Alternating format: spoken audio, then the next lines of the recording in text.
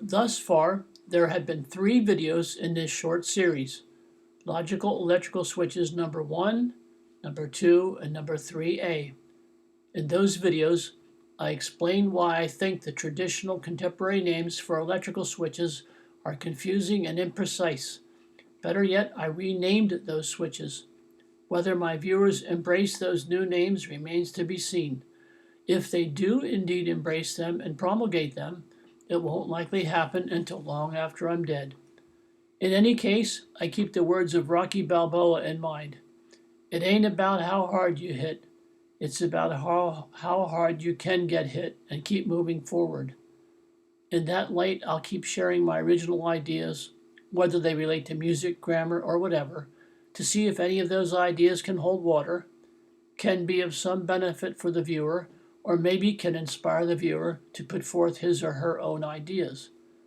This video will be a quick review of my previous material with emphasis on the on-off switch position configurations per each respective switch. In other words, I want to review this before I move on to my next topic. Now, the logical designation, the new name that I've given this switch, is single station switch. All right, the contemporary or traditional name is single pole switch. I think this is a crappy name, so I changed it.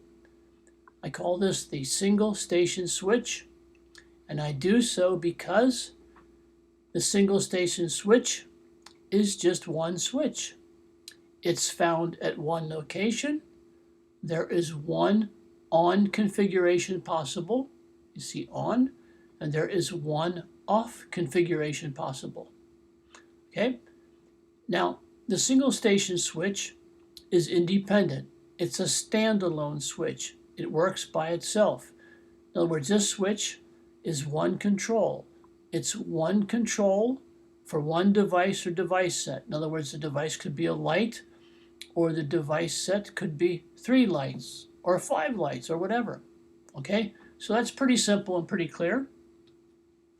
The next switch is the double station switch. That's my new logical designation. You would call it a 3-way switch. That's the contemporary traditional name. I call it a double station switch because it's part of a switch set. Okay, double station, that means there are 2 switches, 2 locations, and there's 2 on configurations possible and 2 off configurations possible. So this double station switch, all right, it's dependent. It is part of a switch set. It pretty much can't be used by itself. Now, the switch set itself would be 2 of these, 2 double station switches. So in that setup, that switch set, you have 2 controls for one device, which could be a light or a fan, or 2 controls for one device set, which could be multiple lights or multiple something. So that's kind of simple and kind of clear, but this is ordinarily called a 3-way switch. And if you watch my previous videos, I explained why that's kind of a crappy name. So you can review that if you want to. The next switch is what I call the triple station switch. That's my new logical name. The old contemporary or traditional name is 4-way. That's what everybody calls it, 4-way switch. I explained that in my previous videos. I explained why that's kind of a crappy name. So you have a triple station switch, and that's part of a triple station switch set. In other words, you kind of can't use it by itself. So in this switch set, you have 3 switches.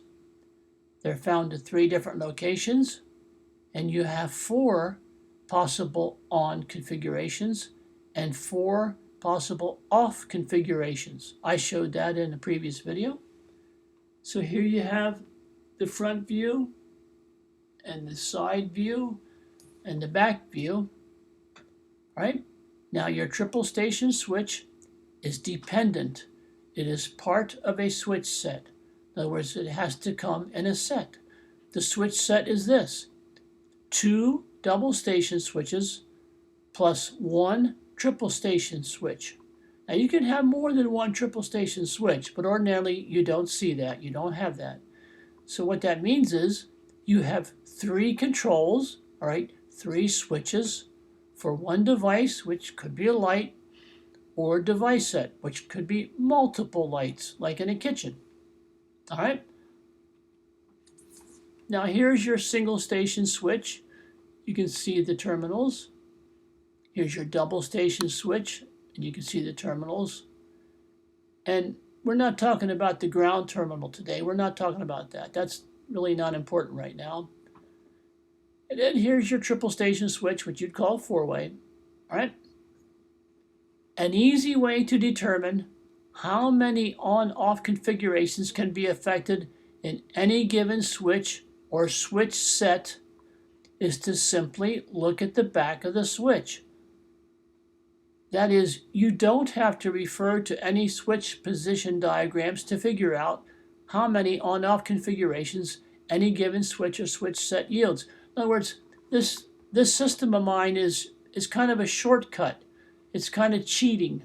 You can get an idea of what your switch is doing or what your switch set is doing by just looking at the back of the switch.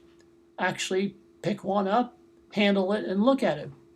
So your single station switch here has 2 terminals. Let's say this is your line side, all right? Your line comes in here, and this is your load side here. So you see you have one on-off possibility. And here's your switch. Looks like that's in the on position, right? So that means your current is moving from here to here, and you switch this down, the current no longer reaches this terminal. So you have one on possibility and one off. Now you look at the back of your double station switch, which you would probably call three-way. And you see here that you have your common terminal and traveler 1. So there is one on and one off possibility here. Then you have your common terminal, and then you have your traveler 2 terminal. So you have yet another on-off possibility. And that's how you get your 2 on and your 2 off configurations, right? So you look at the back of the triple station switch, which you would probably call a four-way, and you see your black traveler to your gold traveler 1, all right? Black traveler 1 to gold traveler 1 is your first on-off possibility. Black traveler 1 to gold traveler 2 terminal, that's your second possibility. Black traveler 2 to gold traveler 1 gives you your third on or off possibility. And then black traveler to gold traveler 2, in other words, black traveler 2 to gold traveler 2 gives you your fourth on or fourth off possibility. Now remember, this is just a way to cheat and figure it out without having to look at fancy diagrams or go on the internet and research. You just look at the switch. You look at your single station switch, you look at the double station, you look at the back, you can see your terminals, and you look at your triple station switch, and you can easily kind of cheat, kind of use a shortcut to figure it out. So anyway, in the end, you have my new logical designations. That's what you get. It's pretty simple and straightforward. Single station, 1, 1, 1, 1. The word single. Double, 2, 2, 2, 2. All right? Not three-way. Triple station switch, you have 3 switches and you have 3 locations. Now you do have the number 4 here. Remember, you would call it a four-way. There's 4 on configurations possible and 4 off configurations possible. All right? But the key thing is the 3, the essence of the 3, in my opinions, the force of the 3 outweighs the force of the 4. That sounds a little weird, but that's why I stand by these names. That's about it for now. So we'll move on to the next video, And thanks for being incredibly patient, and good night.